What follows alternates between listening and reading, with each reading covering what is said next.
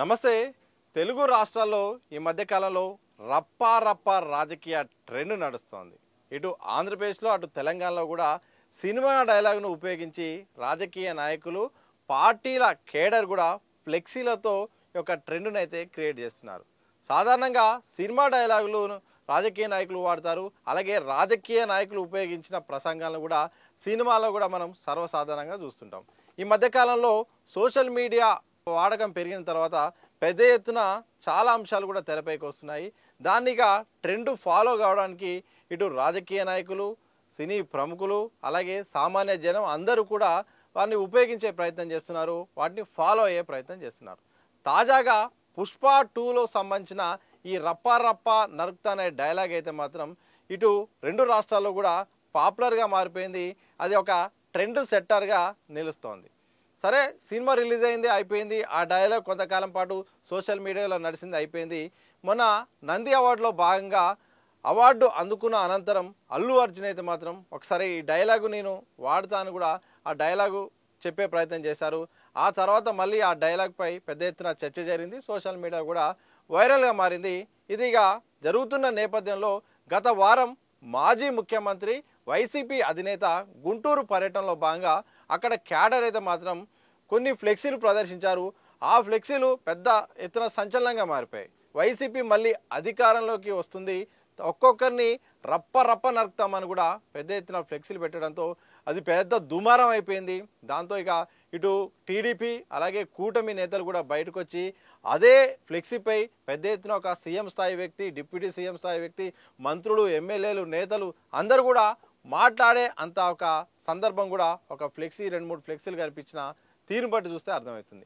సరే, అనంతరం నెక్స్ట్ రోజే ఇక వైసీపీ అధినేత ప్రెస్ మీట్ పెట్టడం, అలాగే ఒక అభిమాని ఒక సినిమా డైలాగ్ను చెప్తే తప్పేముంది, రప్పా నరుకుతా ఉన్నాడు, దాంట్లో తప్పేముంది, ఒక అభిమానికి ప్రజాస్వామ్యంలో ఆ స్వేచ్ఛ కూడా లేదా, అతను ఒక టీడీపీ నేత అని తెలుస్తుంది, టీడీపీ నేత కూడా టీడీపీనే విమర్శించి కూడా చెప్తే ఇంకా మంచిదే కదా అని కూడా జగన్ దాన్ని సమర్థించడంతో మరోవైపు ఈ అంశం ఇక కంటిన్యూషన్గా మారిపోయింది. ఇటు వైసీపీ వర్సెస్ టీడీపీగా ఇక ఫ్లెక్సీ వార్ సంబంధించిన అంశం కూడా తెరపైకి వచ్చింది. ఇది నడుస్తున్న ఈ నేపథ్యంలో తెలంగాణలోనూ కూడా ఈ రప్పా ట్రెండ్ అయితే వ్యాప్తి చెందింది.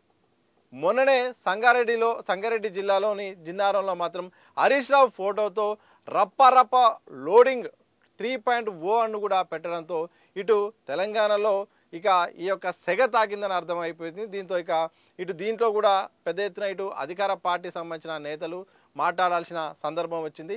ఈ సందర్భంలో మంత్రి పొంగులేటి మాట్లాడుతూ మేము టింగ్ అంటూ మేము ప్రజలందరికీ కూడా డబ్బులు ఇస్తుంటే వీళ్ళు రప్పా నరుకుతా అని కూడా తెలంగాణ రాష్ట్రంలో ఫ్యాక్షన్ను ప్రోత్సహించేలాగా బీఆర్ఎస్ తీరుందన్నట్టు కూడా ఆయన మాట్లాడే ప్రయత్నం చేశారు. ఇక చాలామంది కూడా దాంతో మాట్లాడే ప్రతి విమర్శలకు కూడా రప్పా డైలాగ్ కూడా వేదికగా మారింది.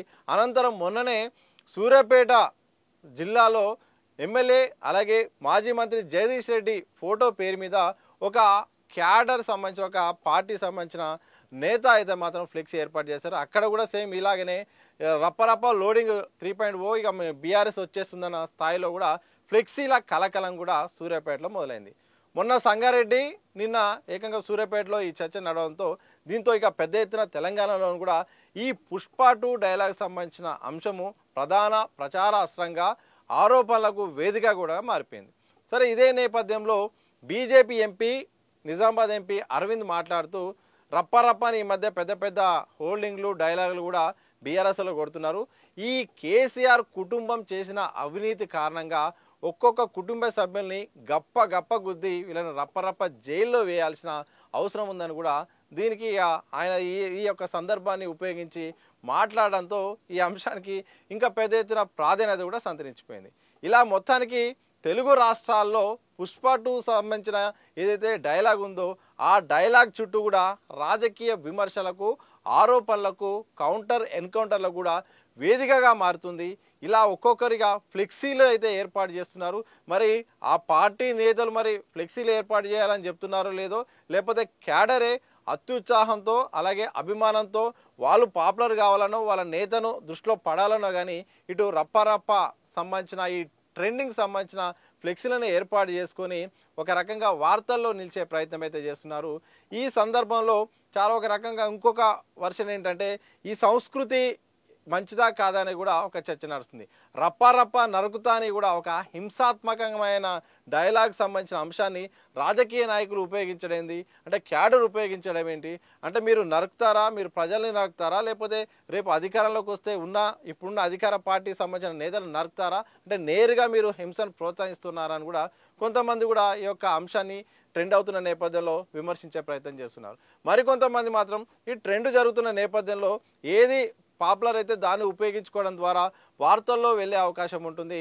సోషల్ మీడియాలో ప్రధాన అంశం నడిచినప్పుడు దాన్ని ఫాలో కావాల్సిందే, ఫాలో అవుతేనే ప్రజల్లో కూడా పాపులారిటీ కూడా ఉంటుందని కూడా మరొక రకమైన వర్షన్ వినిపిస్తుంది. ఇలా మొత్తానికి పుష్ప సినిమాలోని ఏదైతే గంగమ్మ తల్లి జాతర సంబంధించిన డైలాగ్ అయితే ఉందో డైలాగ్ అయితే ఇటు రాజకీయ నాయకులకు ఒక ప్రధాన ప్రచారాస్త్రంగా అయితే కొనసాగుతుంది. ఆంధ్రప్రదేశ్లో మొదలైన ఈ యొక్క డైలాగ్ వారు ఇది తెలంగాణ కూడా చేరుకుంది. ఇది నెక్స్ట్ ఎటువైపు దారితీస్తుంది, ఎటువైపు మలుపు తిరుగుతుందో తెలియాల్సిన అవసరం అయితే ఉంది. మొత్తానికైతే మాత్రం ఇటు ఆంధ్రప్రదేశ్లో అటు తెలంగాణలో రెండు రాష్ట్రాల్లో కూడా మొత్తానికి పుష్ప 2 సంబంధించిన రప్ప నరుకుతా రప్ప 3.0 లోడింగ్ అంటూ ఇటు తెలంగాణలో కూడా ఇటు రెండు రాష్ట్రాల్లో కూడా ఆ యొక్క డైలాగ్ సంబంధించిన ఆ వర్డును ఉపయోగించుకుంటూ కూడా ఇటు ప్రతిపక్ష పార్టీలు అయితే మాత్రం ఫ్లెక్సీ వార్ చేస్తున్నాయి. మరి ఈ ఫ్లెక్సీ వార్కి అదనంగా ఎటు దారి తీస్తుంది, మరి అధికార పార్టీ వాళ్ళు మళ్ళీ ఫ్లెక్సీలు అదనంగా ఏర్పాటు చేస్తారా, లేకపోతే దీని యొక్క ప్రభావము ఎవరికి అనుకూలము ప్రతికూలమే అయితే మాత్రం ఇక త్వరలో అయితే తెలిసే అవకాశం ఉంది. ఏదేమైనప్పటికీ ఇప్పుడు జరుగుతున్న పుష్ప 2 సంబంధించిన ఏదైతే రప్ప లోడింగ్ సంబంధించిన ఫ్లెక్సీ వారైతుందో ఈ వాడకం అవుతుందో దానిపై మీ అభిప్రాయం ఏంటి, ఈ సంస్కృతి కరెక్టేనా లేదా, లేకపోతే మీకున్న అభిప్రాయం ఏంటో ఒకసారి చెప్పే ప్రయత్నం చేయండి.